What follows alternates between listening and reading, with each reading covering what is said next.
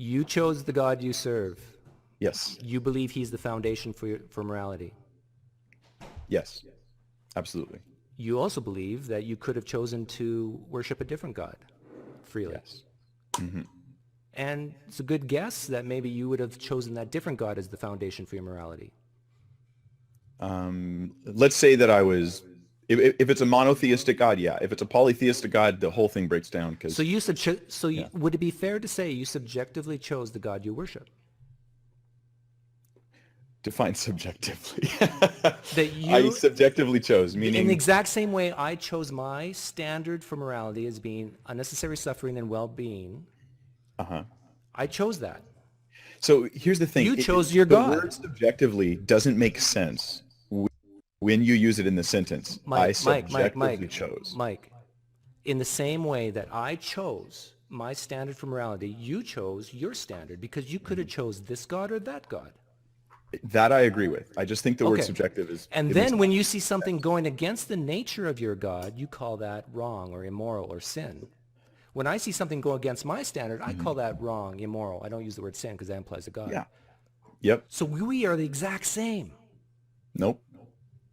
Yep. Yeah, on that I'll point be we like, are. On that oh, point we are because but if you were a Calvinist, I would have a tougher time because the Calvinists would say, "No, God, I didn't choose God. God chose me." yeah. And Well, I think both, but anyway, that's a whole different topic. So here's the thing. Here's what. That's a whole different topic. Is something that Mike Winger always wants to do. He always wants to compartmentalize Christianity into, well, right now we're talking about morality and morality or epistemology or metaphysics or whatever. And right now that has nothing to do with our soteriology.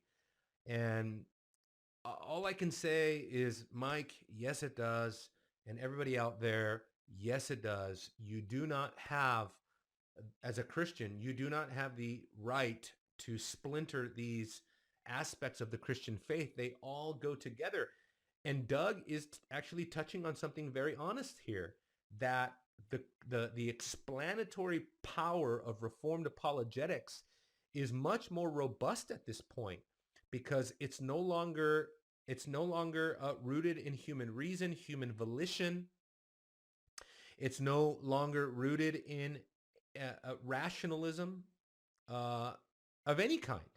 It's not an anthropocentric worldview that you're defending. It is purely theocentric. It's the very thing the natural man loathes. The natural man, probably above everything else, loathes this idea that God is absolutely sovereign. But that is absolutely inherent to apologetics. And I hope to make that clear the more we go on.